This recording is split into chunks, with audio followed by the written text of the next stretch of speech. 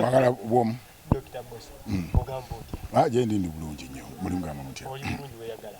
Yagala okufa obufi. Amawulire gatambula wagawulidde. Aga. Bombastic. Bombastic. Bombastic afuse bombastic ekimala kimala. Yes. Chichi ekyo ekimala. Kakati bombastic. Omanyi tukwata ku mbeera zaffe ze tubeeramu mu family. Tubadde tumaze ebbanga nga myaka ng'ebiri. Of course nga tetulaga mizanyo gyaffe gya full length bwe gityo. Kakati nga abantu tubawaako ku music tantal. Obo skits bwe butyo mpola nga tuwe setting a mind zaabwe. Ku kintu kye twakolanga edda ku mizanyo gyaffe nga Daisy Dola ejjo ne gye baayagala ennyo. Kakati tulowoozezza nti kakati tutuuse okubalaga ku full length play emizanyo gyaffe emiwanvu. Yes, kutandika ne guggwa bulungi nnyo. So n'olwekyo bombastic wetandise nago. Tutaddemu ebirungo byonna nga bolaba nti tubadde ngaira ngambye 2 years tubadde tutudde butuuzi lockdown nga naye nga tuyiiya. So ebirungo bye tutaddemu byebi byennyini byewuunyisa bisanyusa bisomesa ninga ate ddala tusetinze mu famire mu maka banga ge gasinza okubeera affected ennaku zino. Yes, amaka n'abaana mubeeramu abaana mubeeramu abakozi awaka kwegamba embeera eyo gye twagadde okuleetera abantu tubabuulire nti owange kino gye kiri. Abamu batandika okwekubamu ttooki ne baga nti simanyi bano bazannya ku nze. Abantu abaliyo nga mugwonkinga they were excited. True. Omuntu asubire okuddamu oggula asubire nti ffe ate bwe tukola production mukulu waffe Dr. Bosa atugamba buli kaseera tuba tuwongeramu obunonoggo tu improving every second. Nerero mutusanze tuli mu rehearsal tugattamu improvement tugattamu obuntu obw'enjawulo. So asuubire ekintu ekyamaanyi nnyo kikyali even more powerful. So asuubire nti kintu kikyali kyamaanyi ddala. Okay. Abantu amu Bavudeyo ne bazaala wamu ku content nga bajuliza Kigeny'Agenya. Mwabali omubiseera. Soko otubuuliremuko kyali kitya. That's life mwatu wewe local content nabiwuliddeko naye abo baana bato abaana kwegamba balina okutegeera n'okumanya nti foundation n'ebyo byonna kakati bibakola birinako foundation bimako gye omusingi gwegu gwennyini. Ebyo bye bazaalawa bye bitubeezezaawo kakati wano erinnya lyange lyakoma okukozesebwa Sambagenda erya Dr. Bosa lyerikola even up to today. Era bo bennyini abo be bajja okwebuuza nti twebuuzeeko ku Dr. Bosa ku nsonga eno. Twebuuzeeko kwegamba it's because of that content eyaliwo mu biseera ebyo.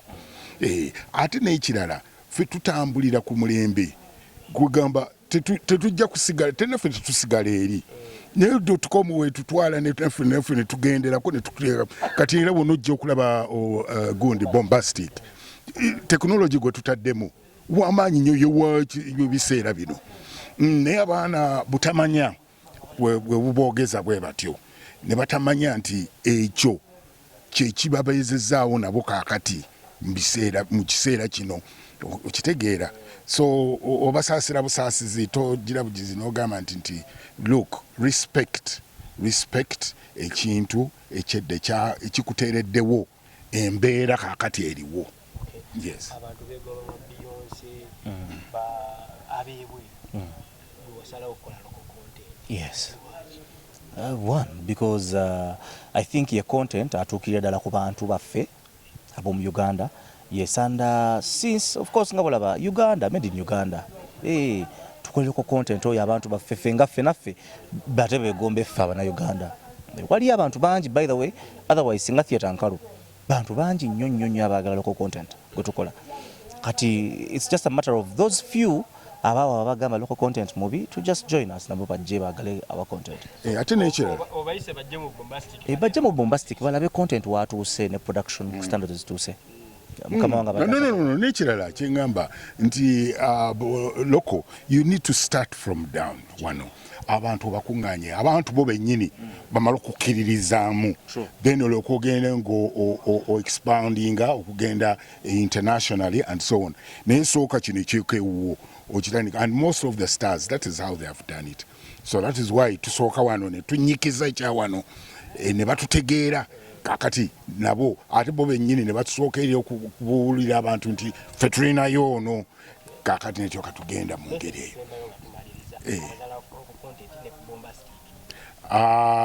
first of all nze njagala okutegeeza abaana mbayita n'abaana bato butamanya bwe buboogeza bwe batyo naye they should know that there is always a parent so omanyi wali okuteeka okubaawo azaala then n'olyoka obeerawo n'okula so n'olwekyo waliwo ekintu ekyaliwo era kibatambuliddeko era ekibatuusiza we batuuse nabo bennyini in 20-30 years from now nabo ekyabwe kakati kyebaliko kyebagamba nti bibaalaba biki it will be old school nga bwe bakiyita it will be old school as well naye kye tulina okukola kwe kutambulira ku mulembe kakati ojja kwesanga nti ffe aba that's life mwattu kakati bombastic ate tutaddemu technology owakaakati w'ekiseera kino tutaddemu bingi nnyo era obeera mu bombastic toyinza kuvaamu kyekimu ate n'ekirala ekiriwo nti si muzannyo gwesittaza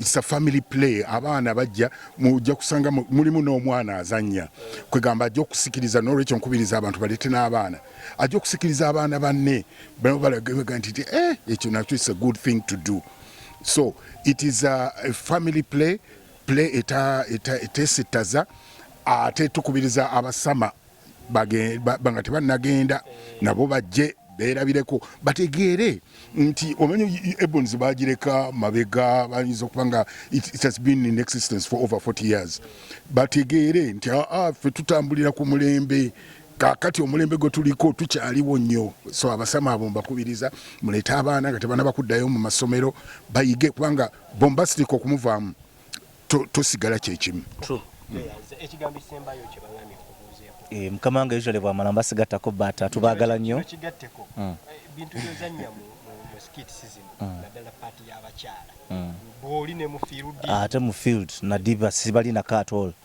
bammenya emitima ne mbavaako eno nsaaga busaazi eno even namunondo kityandeka kyekimu so ne mbivaako ne mbesonyiwa nenzira ku birala ono mwana ninamu kuba migo just that tabitegeeza ebyensi eno ninamugalamizaawo bayo migo naye nga tubategeeza mujje mubalabe bonna Saturday eno ffenna mwe tuli ba stars baabwe bonna b'abantu bonna mwe bali Friday Saturday ne Sunday saawa emu yakawungeezi ate mu maka gaffe Theatre La Bonita muli mutya mwebale tupromotinga amanya agano bampita Nsibuga Mayombwe naye eryolanya lyawamba amanya aga TV ag'emizannyo gegasenga koleki gegasenga okuwamba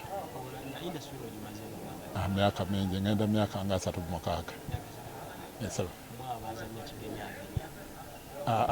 siffe twazajja Kigeny'Agenya Kayibira yazajja Kigeny'Agenya bw'oba ogenda sayidi eyo ffe twazanya life mat mwali mu life mat yes abantu bavudeyo ne bakusinzira ku bantu kyabo waliwo omwoyo yavuddeyo n'agamba nti nno bo baakula beegomba eri abantu ne bavayo ne bagamba tebalina kuzannya local content tebalina kuzala local content kubanga noono gwe bayita international content era naye yava mu local content so buli kintu kibeerako entandikwa then nekigenda nga kikula bana beerabidde nti omusingi gutambulirwako ennaku zino gulina ensibuko yaagwo yeyo local content gwe bayita local content naye nga gwe bayita local content yazaala ate kati ebiriwo currently kati ogeza ng'omuzannyo bombastic Ebonies gwe tugenda okuzanya nga ku Lwokutaano nga 6 ku Saturday nga 7 ne ku Sunday nga 8 ensibuko yaffe ffe nnyini ffe twava eri gye muyita eyo bagye bazalawa ate ne twambuka ne tujja eno amanya twagakolera eyo era buli muntu aturespektinga because of local content so omuntu avumirira local content sijaga nti abatategeera naye omuweeyingamu n'ogamba kino lwaki akikoze ate nga naye mwennyini kyakayanira ayagala abeereko kati afune content naye nga lwaki abeera mu field lwaki tagenda mu banka lwaki tagenda mu gundi mu bucha abatategeera abategeera kitegeeza alumirira loko content ategeera alumirira loko content ategeera abatategeera bwebuuze lwaki takola birala lwaki era ayagala field yaffe eno ye gyalowooza nti erimu local content agenda akole mu banka okitegeera agenda akole mu mabanka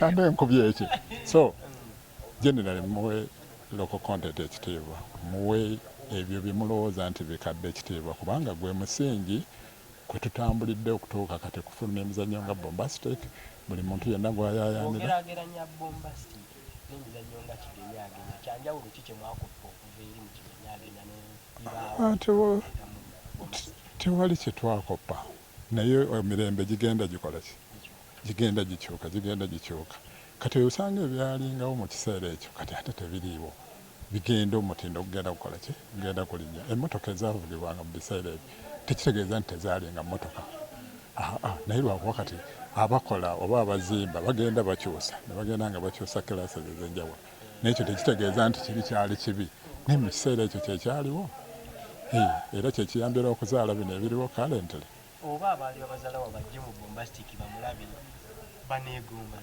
bajje oba bazze oba tebajje omuntu ataba kintu kya muntu kitiibwa nze simuwagira naye oyo ayagala okukakasa nti omutindo gugenze gulinnya ajja alabe bombastic ku Lwomukaaga nga ku Lwokutaano nga 6 ne ku Saturday nga 7 ne ku Sunday nga 8 eseba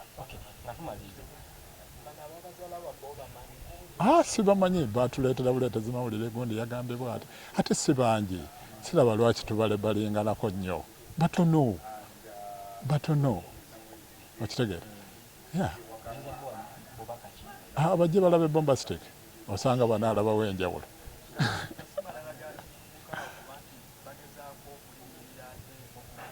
sirowooza nti bwe wabaawo ddala nga yakyogera sirowooza nti yasooka kirowoozaako manyi naye ndowooza yaddayo naye n'agamba kino oba nayogedde kyaki kyensuubira kubanga sirowooza nti omuntu manya omuntu bw'ati ayinza okwogera ekintu ekifaanana bwe kito eso